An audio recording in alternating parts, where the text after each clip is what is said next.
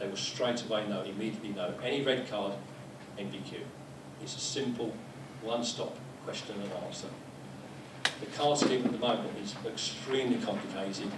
We'll get somebody to come along and say, well, I've got a top man card, I've got it so-and-so, did you get an NVQ, or it's a blue card, I don't know. So I hope you can understand why we're supporting it, but it was a necessity anyway. Top man card, very, very similar. We prefer it to be an upgrade card. We will take direct entry as there. We're recommending that it's a progressive route. It's almost an apprentice scheme through the industry. I know it's something very much to Gary's heart, the previous chairman of the NDTG. He always wanted me to keep the progressive route in place. It's there, but we have recognised that there may be operatives that you want to bring in directly.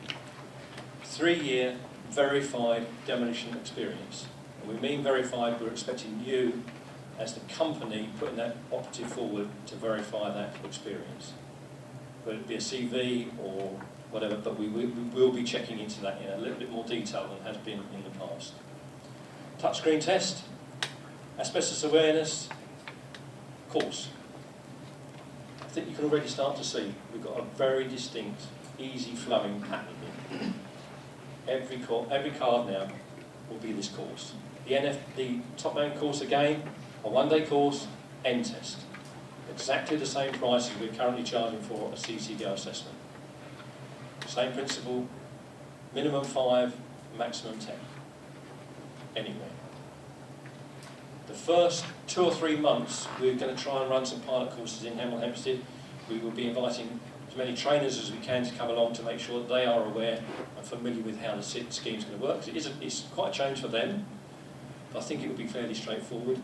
As soon as we've done some pilot courses, these will go out to all of our approved trainers. They will be able to deliver them as well. So we're not going to reduce the availability. If anything, we should be able to increase the availability of the testing facility for you. NVQ at the bottom. Okay. Same pattern. Everybody needs an NVQ. Charge hand card. We would prefer this to be upgraded from a top man. I think we would look at verified industry experience on a one-to-one basis. It's not something I really want to try and promote excessively, because I do feel that the guy, the man or woman coming into the charge hand course should have some industry experience, must have some industry experience. You can't go straight into that role there. We've been asked to develop this. It's not been very popular. We've run free courses, we've run supported courses, but it's not been a very popular course. I actually think that this is a good course. It's a stepping stone between the top man and the supervisor card. I like to think that the charge hand is the eyes and ears of the supervisor. And so some of you will have supervisors that are working supervisors. The charge hand is a working role.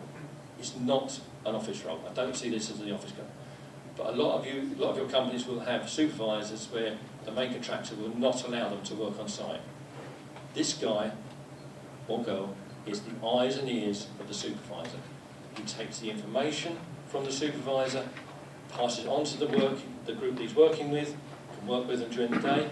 He or she might be the interpreter. That's how I see this guy fitting in. He might be the one that's working with a gang of Romanians, Poles, Czechs, whatever, that can speak their language and portray the information that the supervisor's given him to give to the workforce and the concerns of the workforce that need to go back to the supervisor. Eyes and ears of the guy, the main man. This is a course again, but it is a 2-day course. We tried to condense it into 1 day and it just didn't work. It was, I think they weren't finished until about 8 o'clock, were they, in the first course? Yeah, we had 2 8.5-hour days at one point, and then, yeah, it was an interesting experience. Yeah. And you struggled with the market at the end as well, I know. Yeah, it was just too much. You can't squeeze it into a day. We tried it as 1 day twice, and they were just so long. It's like we can't ask the lads to sit and put their head through it. So, yeah, we bit the bullet and went to 2. The guys actually can't take it all in as well. They struggle. So it is a 2-day course. I can't remember the cost off the top of my head, but I don't know Robert or Sarah. It's a course we're already running, so that whatever price that is up on the website is the price it's already going for. Michael, are you delivering this one already? I think. Not yet. No, you're qualified, so you can deliver this one if you want to. It's a 3-year card again. Red, come out of this with a trained operative card, and if they wish to keep the card, to get the silver card is an NVQ level 3. Brand new level, but it is progressive route. So the NVQ that they may have achieved, hence the suggestion they go from top man to charge hand. The qualifications they've achieved at top man level, the NVQ units, are transferable to this. They only have to top it up. Now the NVQ units haven't been approved yet, but they are currently sitting with the awarding body. We don't see any problem, but I've got to be careful what I say. There could be. It should only be 2 units. So if they've got a top man card already, a full top man card, they will only need 2 additional NVQ units to get the charge hand card. Keeps it nice and simple, quick, straightforward, fit for purpose, meets industry standards, meets your needs, it's cost effective. I've taken every comment that's ever been passed, thrown them in the pot, and come out with what I think is a good scheme. So, next one is the supervisor level.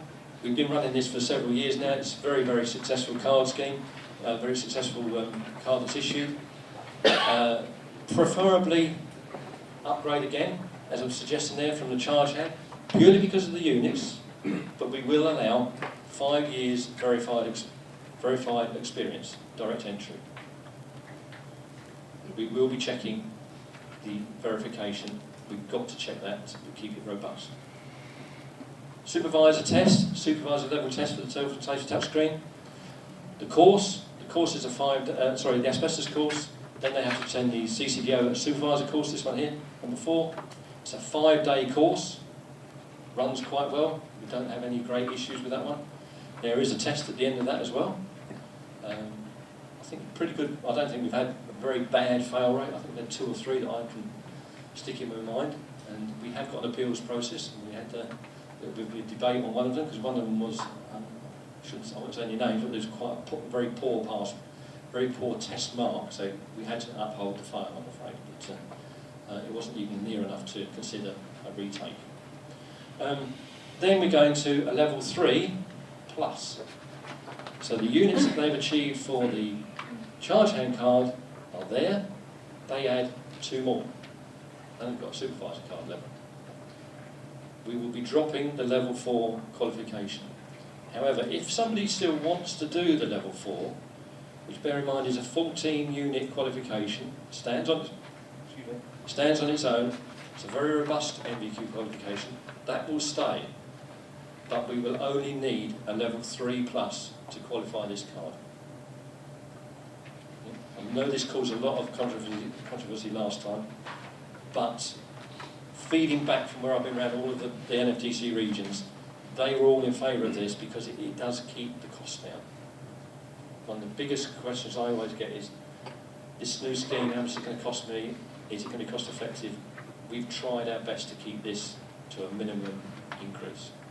In actual fact, that will be cheaper if someone's going through the scheme. And the 3 plus units are less, I can't remember, I think it's 8. It's certainly less than the 14 that we're currently delivering at the moment.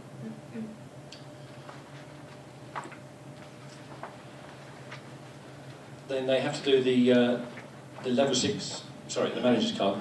Level 6 manager's card. This is direct entry again, if appropriate. We would rather see it upgraded, but we do allow the direct entry. Quite a few graduates applicants at graduate level are coming into this. They do need the industry experience, and some of the larger companies are working them up through the ranks and then putting them through the manager's course. The MAP level test at health and safety touchscreen level, asbestos awareness, 5-day course, and they complete the level 6 to qualify the card. This one we couldn't change. I couldn't make this progressive. The level 6 is a very intense NVQ. 16 or 18 units, I think 16 with 2 options, I do believe. Takes quite a while to deliver and achieve, but it is a robust system. So, that's every card through the scheme, reds to colour. Red is a trained operative card. The colour is a qualified operative. Red, we're going to put under the guidance that you've got in your books there, that they're working under supervision. We had to put that in. Once they've qualified the card with a VQ, they will be deemed to be fully competent. Absolutely essential requirement to meet the CSCS standards, CLC standards, industry standards, now our standards. The renewal process is pretty straightforward. Trainer card is dead easy. We're not trying to make anything difficult. Basically, all of the renewal processes, I'll flick through them there, you'll start to see that the system, it's asbestos, health and safety touchscreen, asbestos awareness, and a refresher course. That's going to be the same for everyone. Next one, asbestos awareness, refresher course.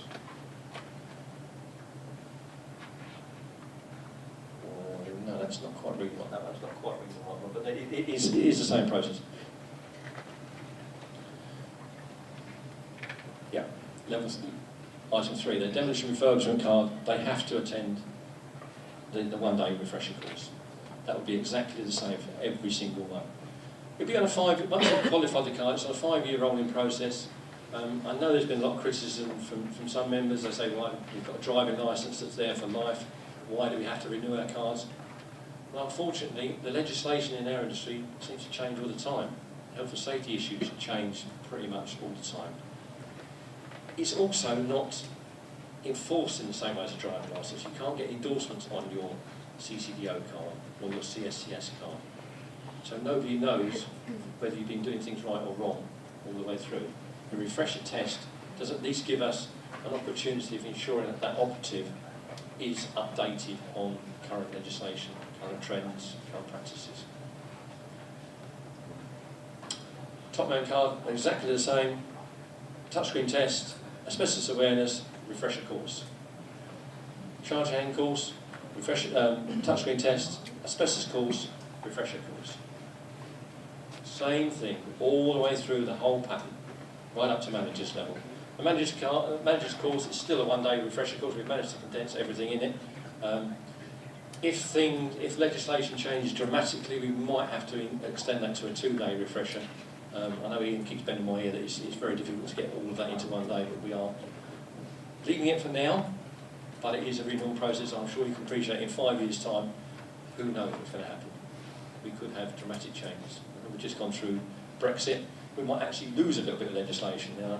We might have to tell members that, but I'd be surprised if we lose any health and safety legislation. That would be a step in the wrong direction.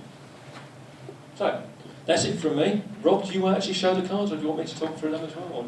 I'll do the work. You do the technical bit, I'll do the talking. Okay.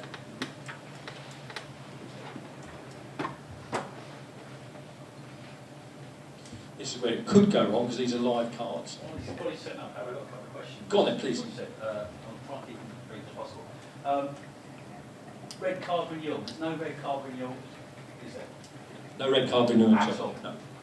So if they don't get their MVQ, they're out of the industry. No, there is an appeals process.